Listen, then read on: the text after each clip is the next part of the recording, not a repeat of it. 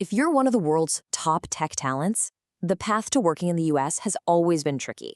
But now, that whole road has been ripped up and completely repaved. We're talking new tolls, new fast lanes, the whole shebang. So today, we're going to break down this massive shift in US tech visas and figure out the brand new playbook for anyone trying to navigate it. So, why is this such a big deal? Let's just start with one number, 60%. Just let that sink in. That's roughly how many of the top AI companies in the US were founded by immigrants. They are, without a doubt, a huge part of America's innovation engine. And that's exactly why these new rules matter so much. This all leads to a really important question.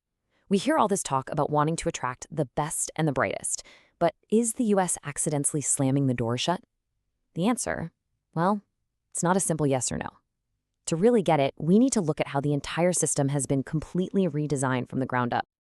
Okay, before we dive into all the new stuff, we have to take a quick look at the old system. For decades, the main way for tech talent to get into the US was the H-1B visa. And honestly, getting one felt less like a job application and more like buying a lottery ticket. It was a pure random lottery, no joke. Hundreds of thousands of applicants were just tossed into a giant digital hat, and 85,000 were picked out. It didn't matter if you were an entry-level coder or a world-renowned AI researcher, your odds were exactly the same.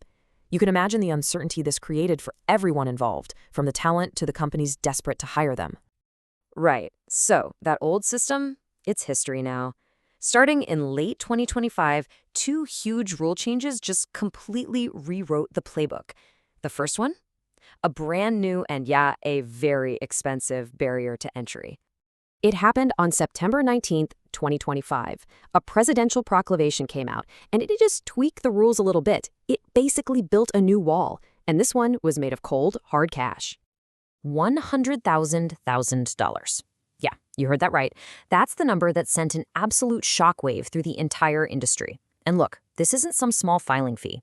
It's a massive supplemental payment that's now required for certain new H-1B applications. So who actually has to pay this thing?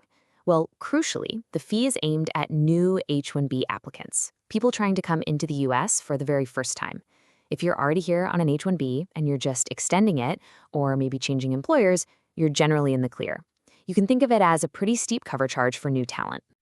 Now, the second change is just as big, maybe even bigger, because it completely takes apart the lottery itself. The government has thrown out pure randomness and replaced it with a whole new system based on tiers. It's called the weighted selection process.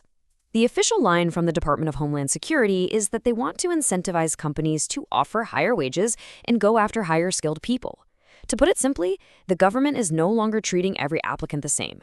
Now your salary is king. So here's how it actually breaks down. The system uses 4 official wage levels. If your job offer is at level 1, which is the lowest, you get 1 entry into the lottery. Pretty simple. But a level 2 offer gets you 2 entries. A level 3 gets you 3. And if you can land a top-tier level 4 wage, you get 4 entries. You've literally quadrupled your chances right from the get-go. Just look at this.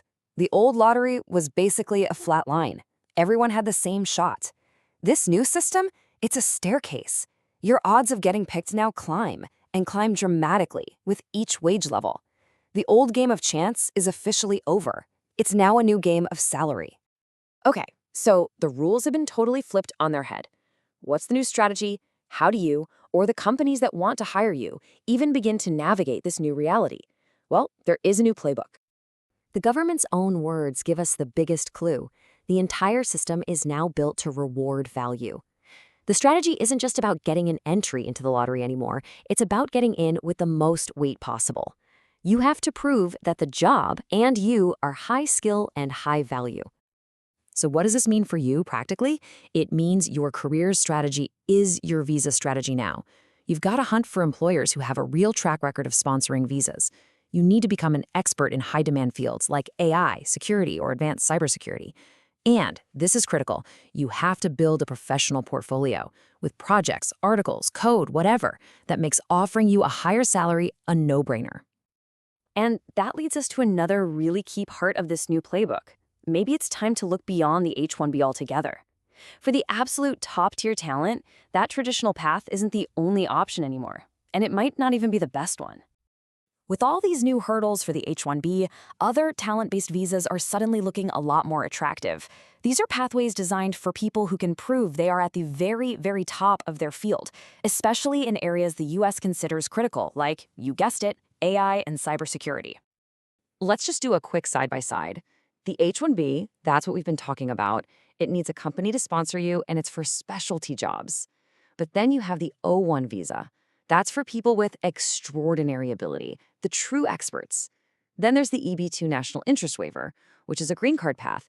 That's for people with advanced degrees whose work is so important, it's considered to be in the U.S. national interest. The cool part? These routes completely bypass the lottery. But you better believe the bar to prove your case is much, much higher. And there are other smart plays, too. A lot of people use student visas as a sort of strategic bridge. They use work programs like OPT to get that crucial U.S. experience before they even try for an H-1B. Another big one is the internal transfer. You join a multinational company in your home country, and then you can often transfer to a U.S. office using an L-1 visa, skipping that H-1B lottery completely. So look, the game has changed. There's no doubt about it. The path into American tech is now more expensive and way more layered, with a heavy, heavy thumb on the scale for the highest earners and proven experts. And that leaves us with one last, crucial question. In this new high-stakes era, will the U.S. stay the ultimate prize for global talent, or will this new playbook send the next generation of innovators looking for a game that's a little easier to win?